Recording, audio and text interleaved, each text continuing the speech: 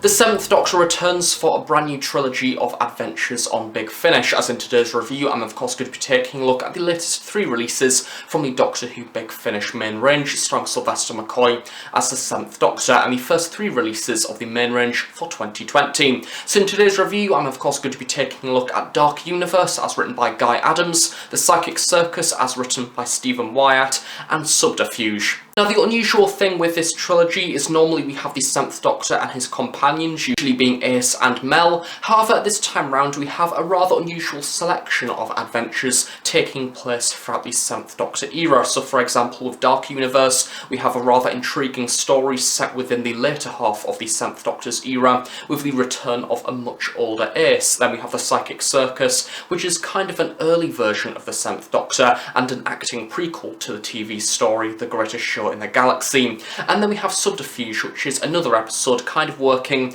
with the more darker elements of the Seventh Doctor. So it's nice to have some variety, and more importantly it's nice to have the Seventh Doctor kind of going on adventures by himself, because he is a Doctor that has a lot of stage presence, and I think that this trilogy, if anything, gave the Seventh Doctor a lot of room to breathe. There isn't a plot arc stretching throughout all 3 stories, it is 3 individual adventures. So if you are simply intrigued by any of the episodes throughout this review, you can pick them up singly without needing to worry about any plot arc or anything like that. As per usual, in the description below there will be the links to go and buy all of these episodes from the Big Finish website. The recommended retail for the physical editions is $14.99, and of course the downloads are $12.99. There is also story details on the Big Finish website, along with a trailer. So without further ado, let's start off with the first episode of the trilogy, being Dark Universe. I think that Dark Universe as a story is one of those episodes that we've been waiting for a number of years. I do believe since around 2016, because for those of you that are regular listeners of the 8th Doctor adventures, you will know that the Doom Coalition quadrilogy series does start off with a cameo with the 7th Doctor,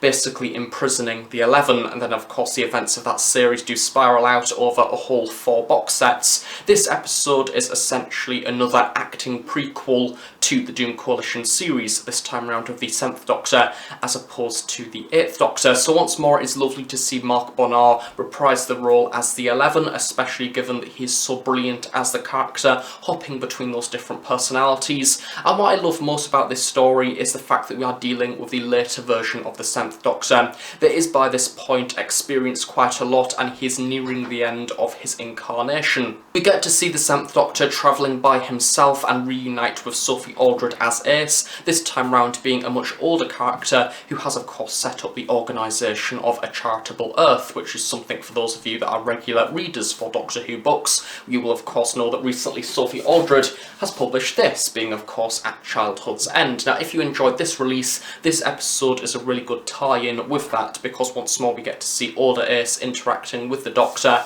However, of course this time is the Doctor that belongs essentially to Ace as a companion, being the 7th Doctor, as opposed to the 13th Doctor. We get to see a little bit of tension between their relationship, given that it has of course been a number of years since the Doctor has last seen Ace. However, I kind of wish this story did deal with that a bit more. Naturally we have this massive grand idea about another universe and the Dark Universe, and the 11 trying to tap into that, and the episode itself does focus very much on that concept. However, it kind of leaves the whole relationship between the 7th Doctor and Ace almost on the back burner a little bit. It is briefly mentioned here and there, such as a brilliant ending scene for this story. However, it kind of left me expecting more. I was wanting to see a proper interaction with the 7th Doctor and them kind of sitting down and talking over things. Perhaps this is only the beginning. We may see more episodes with older Ace in the future. To be quite honest, out of all of the companions, I'm surprised that she's not had her own box set of stories yet. Who knows, perhaps with the release of this book and of course this story, it might be heading to that in the future.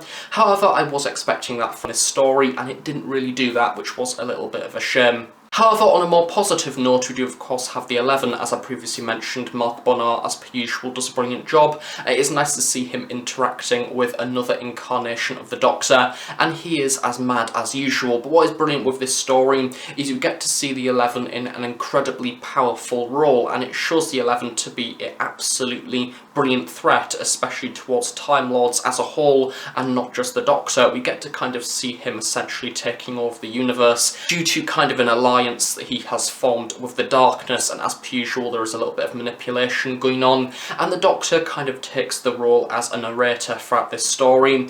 I absolutely love the way that Guy writes this episode, considering as per usual it is a main range story. It is around 2 hours long. However, I found this is probably one of the best flowing main range stories that I've listened to for quite a long time. It's one of those episodes that is incredibly entertaining and just has something to contribute to each individual story. Normally quite a lot of episodes have a little bit of a slump in the very middle. However, this story doesn't have that. It's constantly hopping between different scenes. There's a lot of excitement, drama and entertainment, which keeps the runtime constantly fast-paced. However, more importantly, even though there is a lot going on, it's rather easy to follow and generally one that I enjoyed listening to. We also get to see Caroline Pickles as Cardinal Alystra. Sadly, of course, we no longer have Jacqueline Pearce in the role due to her sad passing a number of years ago. I imagine that if she was still with us, we would probably have had her in this role instead. However, I do think that she does a brilliant job in this story. I think that I've got on my notes, she's basically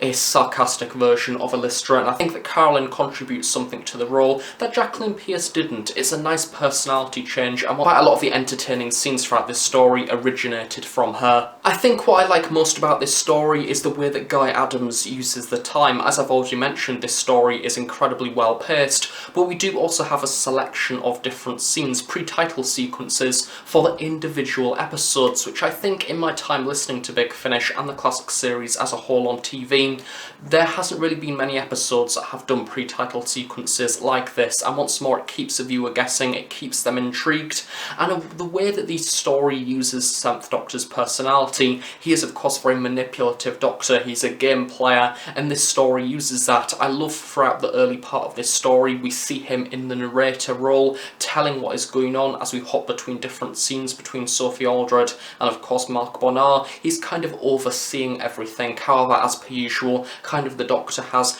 outlined every single possible event and the way that this story could unfold, and he kind of has a plan waiting. So I think if anything this story does show how intelligent this Doctor is, and I think Sylvester McCoy does a very good job. I think Mark Bonnard as well is a worthy villain. The Dark Universe kind of citizen character that is in this story does sometimes slip into a little bit of a stereotypical mysterious force kind of role. However, it was still enjoyable, but it would have just been nice to see a bit more development in there between of course the 7th Doctor and Ace, which who knows, that may happen in the future.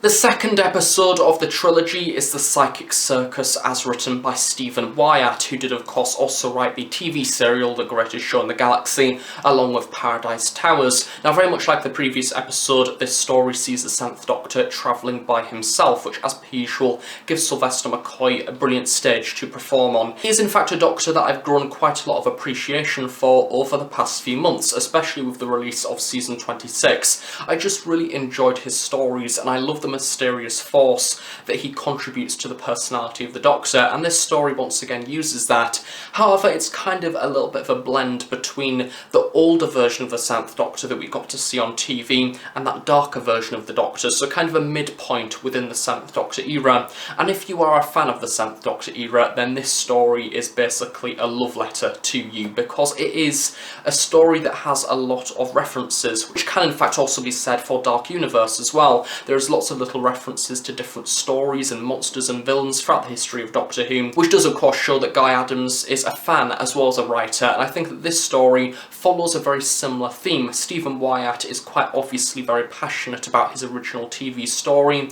and this story provides him the playground essentially to develop those characters that we got to see within The Greatest Show in the Galaxy. More than often it is those little sequences, little character traits that have been cut off the original story simply due to time constraints, and it is nice to have a prequel. It gives a little bit of background, and I think that this story definitely has the same brilliant style that The Greatest Show in the Galaxy did have from when I can recall watching it a number of years ago. However, that said, due to this being a prequel-esque kind of story, it naturally goes without saying, if you aren't a fan of The Greatest Show in the Galaxy, then you probably aren't going to enjoy this episode. Now moving on to the controversial element of this story, we do of course have the return of the Master. However, not any Master, we have the Incarnation as portrayed by James Defrayet, who I do believe originally was presented within a First Doctor David Bradley adventure that I can remember reviewing a number of years ago, the first volume of First Doctor stories. I think he then went on to be in an early adventure with the Second Doctor, I do believe called the Home Guard or something like that. So that means that this story is the first opportunity that I've had to kind of talk about his Master after his original appearance,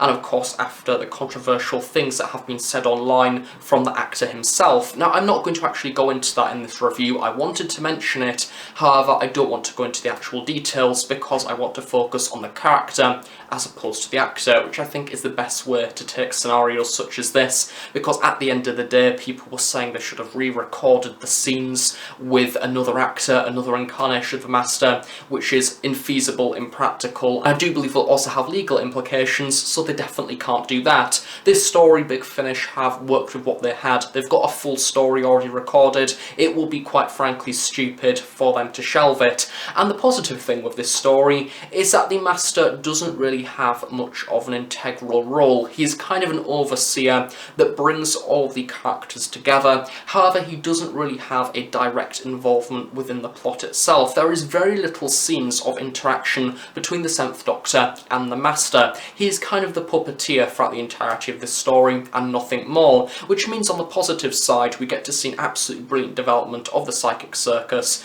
as well as of course the robot kind of ticket taker on the bus, which is brilliant. There is a number of different people in this story that did also appear within the Greatest Show in the Galaxy. We have the Chief Clown as portrayed by Ian Reddington, we have Kingpin as also portrayed by Chris Jury, and we have Morgana, I do believe recast. She is portrayed by Sion Jones. I think that all of them do a very good job of creating this atmosphere of the Psychic Circus, and what I love most about this story is kind of the way that the Psychic Circus, or just the circus, starts off as a lovely hobby to make people happy, because when they go to this planet originally, everything is sad. We have this perfect society that is to the rule book, however because of that people can't have fun, can't go on adventures, and everybody's just a bit dull. The circus comes along and they kind of change that, and we have these people grouping together to spread happiness and joy.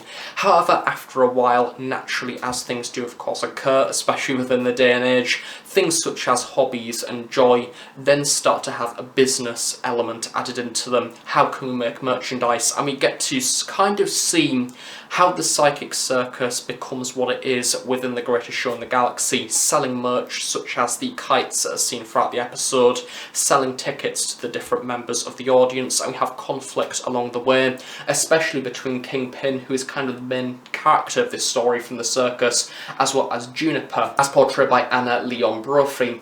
And I think that generally both of those characters are a nice centrepiece for this episode, and you kind of see the development of the circus from their eyes. And in a rather odd way, the 7th Doctor is just a character that is brought into the mix and doesn't really have too much to do, especially within the early half, as it is solely focused on the development of the circus, and I like that. It was a nice twist and once again made this story quite intriguing to listen to. I think that's something that always comes from sci-fi. When you have an episode that is almost too happy, you kind of have a few darker connotations in there, especially within the context of the Chief Clown, where you have a character that is quite insane, really, when you think about it. He's a character that is constantly laughing, jumping around, trying to make people smile. I recall him in the story being a rather creepy character, and something that you wouldn't really want to get on the wrong side of, like there is something darker lurking underneath. And I think that this story continues that. As I mentioned, it does have a very similar style to Greatest Show in the Galaxy, and does feel quite consistent throughout, but I must admit, I think there was part of me expecting a little bit more. Much like the Dark Universe story, in fact, I found this episode quite enjoyable to listen to. The 2 hours went fairly quickly, however I found it kind of slumping ever so slightly in the middle. It would have been nice to maybe have a few additional elements in there, such as the Doctor going to visit a few more locations, or maybe even arriving on the planet itself ever so slightly earlier, as opposed to leaving it all until the 4th story, because it does mean that the final episode does seem quite all over the place and a little bit rushed in parts, so it would have been nice to maybe have a slight adjustment to the pace, to maybe bring the 7th Doctor in a little bit more directly into episode 3, especially on the actual planet itself, and then it generally gives him a little bit more time to be involved with the Psychic Circus and the different characters. And naturally, of course, in case you are wondering if there is any conflicts between the script as seen within The Greatest Show in the Galaxy and the Psychic Circus, all of that is dealt with quite obviously. It is written by the same writer, therefore he is aware that he can't have characters that have met the Doctor in this story meeting him again in the next episode, The Greatest Show in the Galaxy, and acting like they've never met before. It's logical, and the writer understands that, and I always, for some reason, it really confuses me when characters return in a classic series episode that appeared with a new series Doctor Who, and they kind of act like the writers at Big Finish haven't kind of had that in their consideration when writing the story. If anybody within the Doctor Who universe, when it comes to production, are aware of continuity, it is Big Finish. You are safe in their hands, and this story shows that. If you're not a fan of The Greatest Show in the Galaxy, then avoid this release, because quite simply, you're probably not going to get anything from it. And likewise, if you are set off by James DeFreitas as the Master, then also avoid this episode as well, because you're probably not going to get any enjoyment out of it. And that is really all that I have to say about the Psychic Circus. Join me in a month's time as I take a look at Subterfuge, as written by Helen Goldwyn, although for you, it'll only be around a few seconds. So yeah, that's the power of editing right there. Well, it turns out a lot can happen in a month. It is now March 2020. The previous segment that you've just seen was filmed in February 2020. We're now under a pandemic. I didn't expect that to be happening in the last time I filmed for this video, so I'm of course going to be taking a look at the 3rd and final episode for the 7th Doctor trilogy of 2020, or at least this trilogy that we've got so far, ending off with Subterfuge as written by Helen Goldwyn, featuring the return of Ian McNeice as Winston Churchill, along with Rufus Hound as the meddling monk. Now this story kind of continues the rather high stakes that we've had with this trilogy, but we have an Earth-based story, this time round a little bit of a sci-fi historical episode, a little bit like the Time Meddler, and that episode within the Doom Coalition series that Rufus Hound did also appear in, because naturally when you have a meddling monk episode, you normally have a historical event and the meddling monk coming in to try and disrupt as much as possible. This time round we have the aftermath of the World Wars, and of course Winston Churchill is trying to get the public vote for the next election to of course not be replaced by Clement Attlee, who, as we all know when it comes to history, he did of course get replaced by him due to some rather controversial things that Winston Churchill did say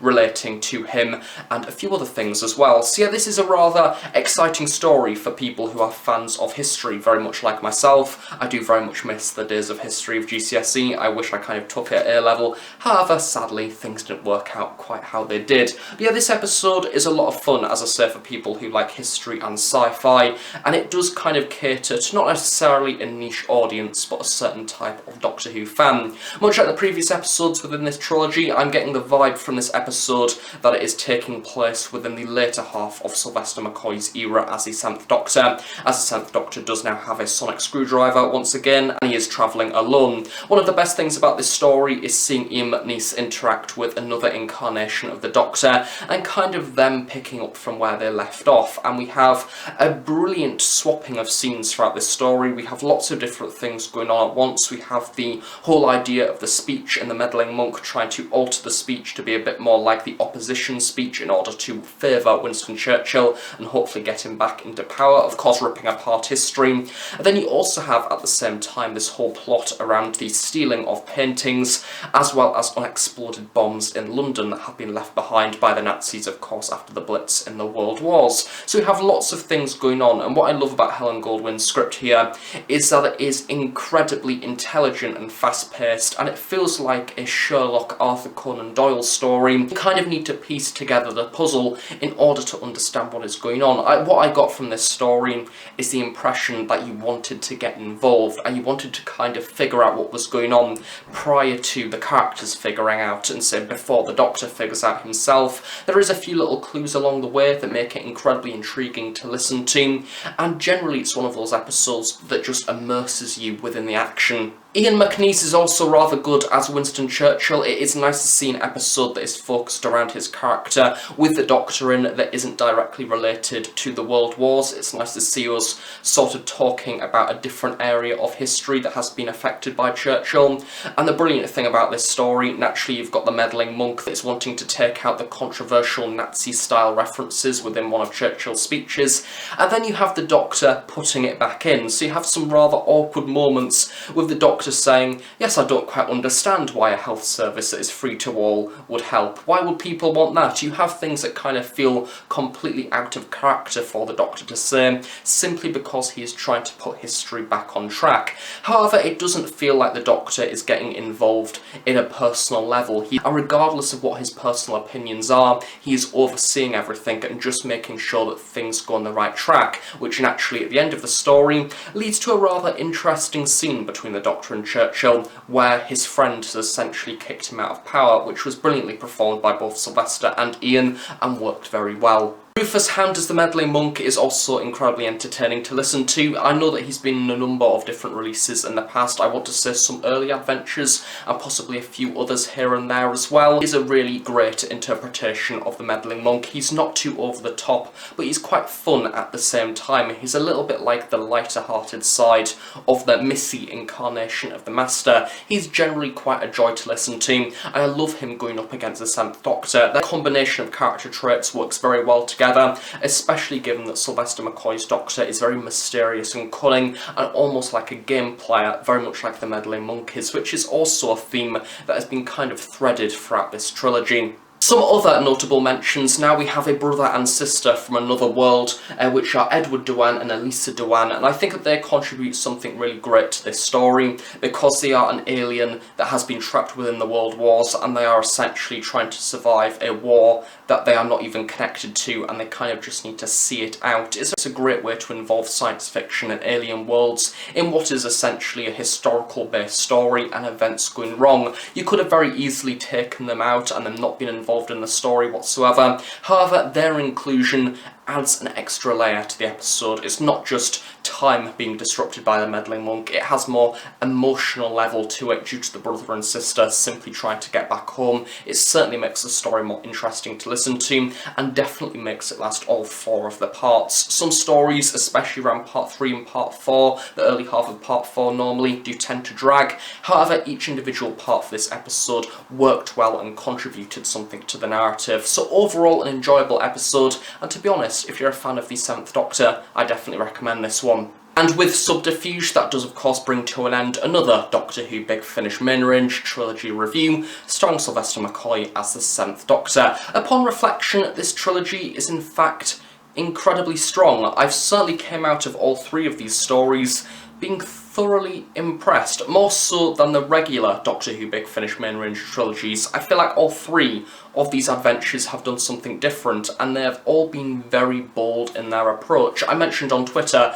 recently, especially with the announcement of the upcoming 6th Doctor trilogy starring Flip and Constance Clark, it feels like Big Finish have upped the bar when it comes to the main range adventures and have made them feel a bit more appealing to new listeners. It's now getting to the point where I would advise sort of newer listeners to buy main range stories, which is something that I wouldn't have done maybe last year or the year before, with stories that feel a little bit more convoluted and complex within its narrative. All 3 of them are incredibly intriguing and hook you into the narrative. The Psychic Circus is a great story for fans of the 7th Doctor era, with the 7th Doctor revisiting old territory. Dark Universe is also an intriguing story, with the return of Mark Bernard as the 11, who is brilliant, and that difficult relationship balance between the 7th Doctor and of course this older ace from A Charitable Earth. And likewise we've got that challenging relationship between the 7th Doctor and Churchill within Subterfuge. All 3 of the stories are quite science fiction in their approach, however all of them kind of feel of the style of what would kind of occur if the 7th Doctor era continued after Survival. This trilogy certainly has a lot of ambition, and to be honest, if you are a fan of the era and just Doctor Who Big Finish main range stories as a whole, this is definitely a trilogy that I recommend purchasing because, to be honest, Big Finish have really upped the game with this one. I'm genuinely quite surprised. And that does of course bring to an end this review. I hope you have enjoyed it. If you have any questions about the 3 releases that I've taken a look at throughout this review, then please do feel free to leave them in the comments section below. I'll try my best to answer them at some point in the near future. Join me in my next review for the main range in around 3 months' time, as I will of course be taking a look at the 6th Doctor trilogy, which hopefully by that point the world will be a slightly less scary place, to say the least. So thanks once again for watching, and stay safe everyone. I shall see you all next time. Bye for now. That wasn't meant to happen. Ignore that. Join me... And that does of course bring to an end this review. I hope you have enjoyed it. If you have any questions about the 3 releases that I've taken a look at throughout this review, then please do feel free to leave them in the comments section below. I'll try my best to answer them at some point in the near future. Join me in my next Doctor Who Big Finish main range trilogy review, where we'll of course be taking a look at the 6th Doctor 2020 trilogy, which hopefully by that point the world will be a slightly less scary place. So thanks once again for watching. Stay safe everyone, I shall see you all next time. Bye for now.